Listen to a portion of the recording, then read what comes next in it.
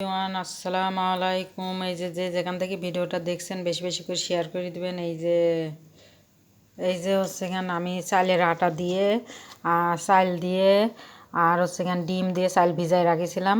তারপরে একটা ডিম দিয়েছি, দিয়ে ব্লেন্ডার করে নিয়েছি, এইরকমভাবে চাপড়ি বানাইছি, সেই স্বাদ। আর এই যে এই সালাদ হচ্ছে আমার, এইটিও হচ্ছে এখানে আমার, এই সালাদটা অনেক স্বাদ, কনের কথা নাই।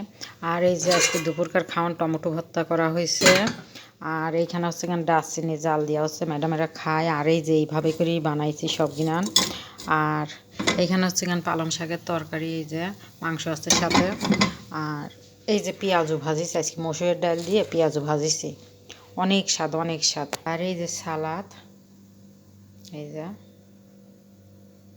সালাদ সাথে ভাতও আছে, এই যে ভাত, আবার এই যে মাছের বোতল আছে, আবার এই যে ফল গিনার না, অনেক স্বাদ।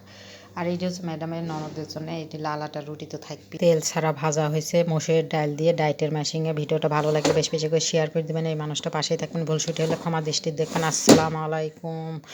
ভুল মাত্রই মানুষ করে।